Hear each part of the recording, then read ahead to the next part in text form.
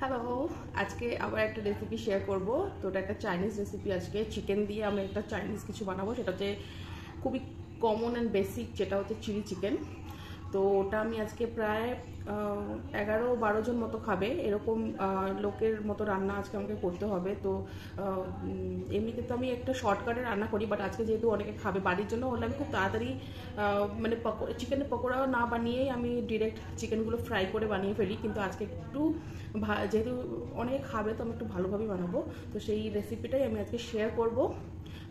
তো চলো, তারপর সামনে চিকেন তো দেখতেই পাচ্ছ, অলরেডি আমি নিয়ে ফেলেছি। এগুলো মানে ধুয়ে নিয়ে এসেছি অলরেডি চিকেনের পিসগুলো এরকম, বিকজ খুব ছোট ছোট পিসও আমি করিনি, আবার খুব বড় পিসও না, এটা মানে মিডিয়াম ঠিকই আছে মোটামুটি। কিন্তু চিলি চিকেনে অনেকে শুধু সলিড পিস ইউজ করে। সলিড পিস আমি কিন্তু ইউজ করিনি, আমার কেননা একদম সলিড পিস আমার ভালো লাগে না। ইভেন আমাদের বাড়িতেও সবাই খুব একটা পছন্দ করে না সলিড পিসটা। তো চিলি চিকেনে কিন্তু এমনিতে যদি বোনলেস যে চিলি চিকেনগুলো ওগুলো সলিড পিস দিয়েই করে, কিন্তু আমাদের একটুখানি বোনস থাকলে সেটা বেটার লাগে। আমার তো ওই চিকেনের টেস্টটা বেটার লাগে।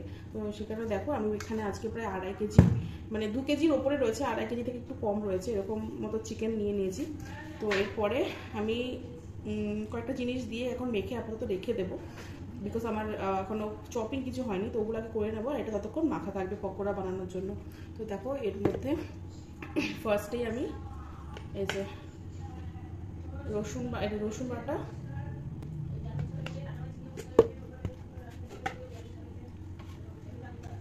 হলুদ গুঁড়ো,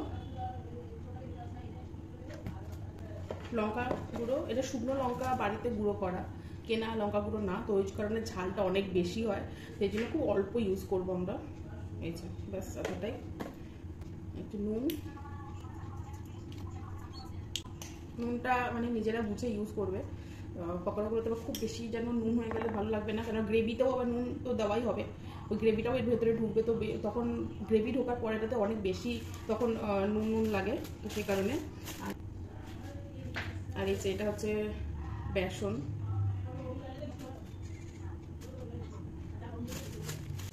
বেসনের সাথে আমি একটু এটার মধ্যে কর্নফ্লাওয়ারও দেবো।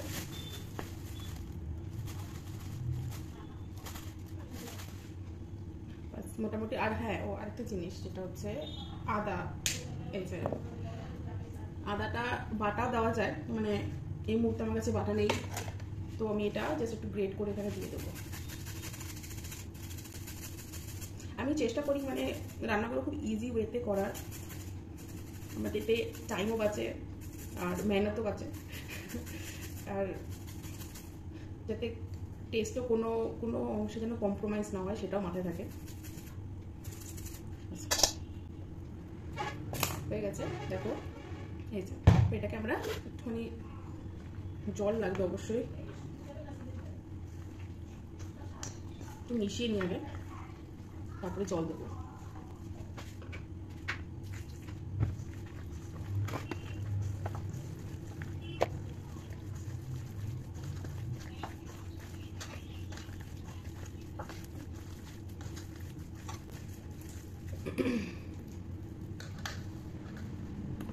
আচ্ছা, এর মধ্যে এবার আমি যে ডিম, দেখো একটা ডিম একটু ফাটিয়ে দিয়ে দেবো, এতে না এই চিকেনটা একটু ক্রিস্পিনেসটা বেশি আসে।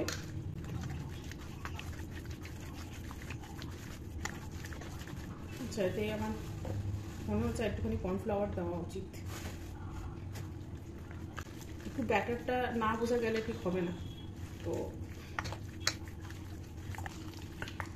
এটা আমাদের মোটামুটি মাখা হয়ে গেছে, দেখো একদম কি সুন্দর হয়েছে। একটা মানে ইয়েটাও রয়েছে, খুব বেশি যে ব্যাটারটা যে খুব বেশি গায়ে লেগে রয়েছে বেসনটা বা কর্নফ্লাওয়ারটা, সেটাও না, একদম গায়ে গায়ে লেগে রয়েছে জাস্ট। তো এইগুলো আমি যখনই বানাই তো মানে একটু বেশি করে চিকেনটা বানাই পকোড়াটা, বিকজ এটা পকোড়াটাও এত ভালো লাগে খেতে, যেটা ভাজতে ভাজতে আমার অর্ধেক ওখান থেকেই সবাই খেয়ে নেয়।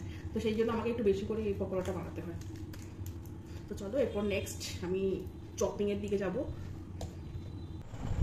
এই যে এদিকে ময়দা মাখা চলছে, চিলি চিকেনের সাথে পরোটা হবে, তো সেটা মাই মাখছে।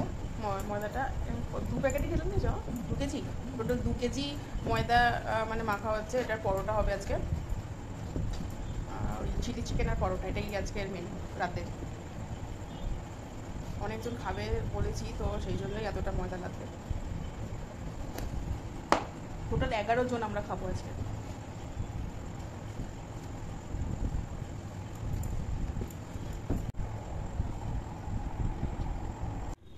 এবার চিকেনের পকোড়াগুলো বানিয়ে নেবো। তো এবার দেখো কড়াই বসিয়ে দিচ্ছি, কড়াই গরম হয়ে গেলে পরে এই একটুখানি সাদা তেল বা রিফাইন অয়েল যেটা হোক এটা দিয়ে দিলাম। একটু যেহেতু ডিপ ফ্রাই হবে পকোড়াগুলো, তো একটু বেশি তেল লাগে। তেলটা গরম হয়েছে নাকি একটু দেখে নিই। গরম হয়ে গেছে তেলটা। এবার একটা একটা করে আমি এই যে চিকেনের এই যে মেখে রেখেছিলাম যেটা, এটা আমি দিয়ে দেবো।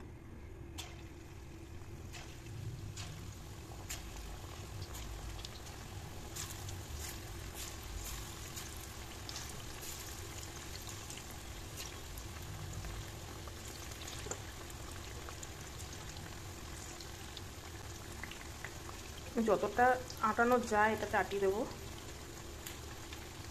তো একবারে তো অত চিকেন একসাথে ফ্রাই করা যাবেও না এমনি তো।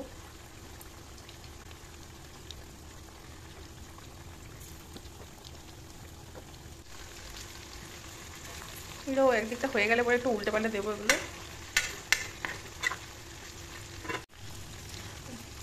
ফ্রাই হয়ে গেছে এগুলো, এবার এগুলো তুলে নেবো একটা করে।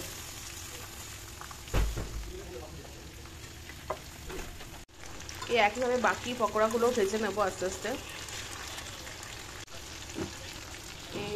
এই নিয়ে সেকেন্ড রাউন্ড ভাজছি, এখন এতগুলো রয়েছে, তো আরেকবারেও মনে হচ্ছে না কমপ্লিট হবে। আরও দুটো রাউন্ড আরও ভাজতে হবে মনে হচ্ছে। তো এইভাবেই আমরা এইভাবে সবকটা ভেজে ভেজে তুলে নেবো একসাথে।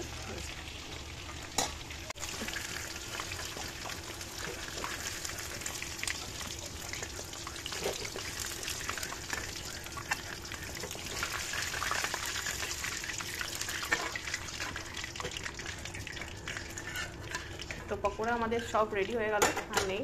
দেখো কতগুলো হয়েছে। এইটা প্লেট এখানেই শেষ না, এই যে এইটা একটা পুরো ফুল প্লাস এটা। তো এবারে দেখো এই যে এক বাটি মা পেঁয়াজ ছাড়িয়ে রেখেছে, পেঁয়াজের সাইজগুলো ছোটো ছোটো। তো এইগুলোকে আমি জাস্ট মাঝখান দিয়ে খালি একটা করে ভাগ করে নেবো, আর কিছু না। ভাগ করে এইগুলোর লেয়ারগুলোকে খালি ছাড়িয়ে দিতে হবে। এই যে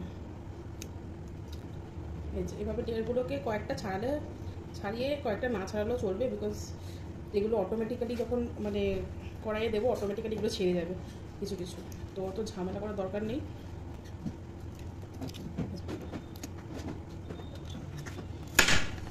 এভাবে পেঁয়াজগুলো কেটে নিই। আচ্ছা, একটা পেঁয়াজ খাচ্ছি কয়েকটা পেঁয়াজ একটুখানি ছোটো ছোটো করে স্লাইস করে নেবো, জাস্ট ফার্স্টেই ফোড়নের মতো পাওয়ার জন্য।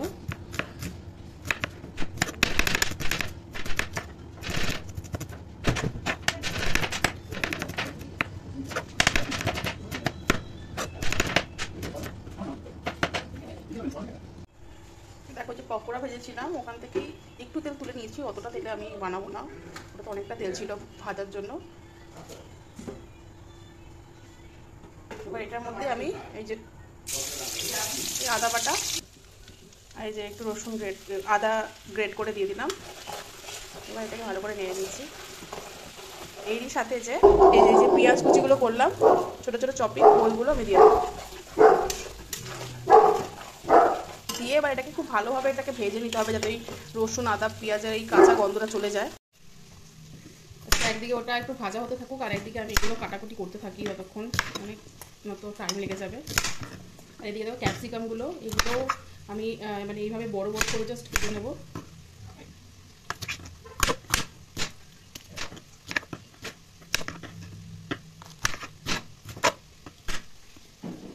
আর এদিকে একটু লঙ্কাগুলো জাস্ট মাছ বরাবর চিড়ে দেবো।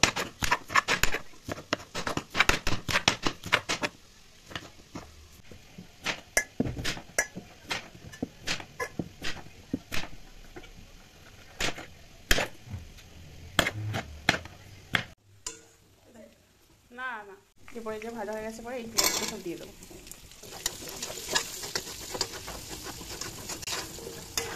এটা একটু ভাজা হয়ে গেলে পর নরম হয়ে গেলে এই লেয়ারগুলো অটোমেটিক সব ছেড়ে যাবে। তারপর পেঁয়াজটা একটু নরম হয়ে গেলে ক্যাপসিকাম আর লঙ্কা একসাথে দিয়ে দেবো।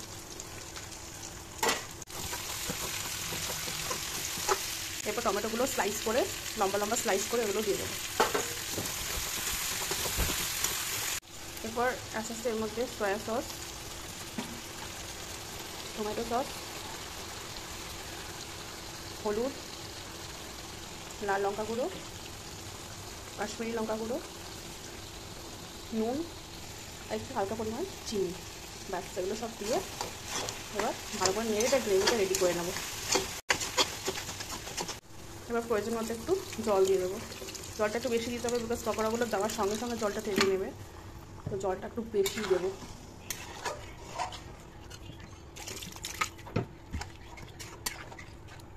এবার এই চিকেনগুলো তারপর একটুখানি ফুটে এসছে ঝোলটা, এবার পকোড়াগুলো দিয়ে দিচ্ছি এর মধ্যে। আপনি অনেক বেশি এটাও করছি, একদিকে এদিকে পরোটা বানাতে হচ্ছে।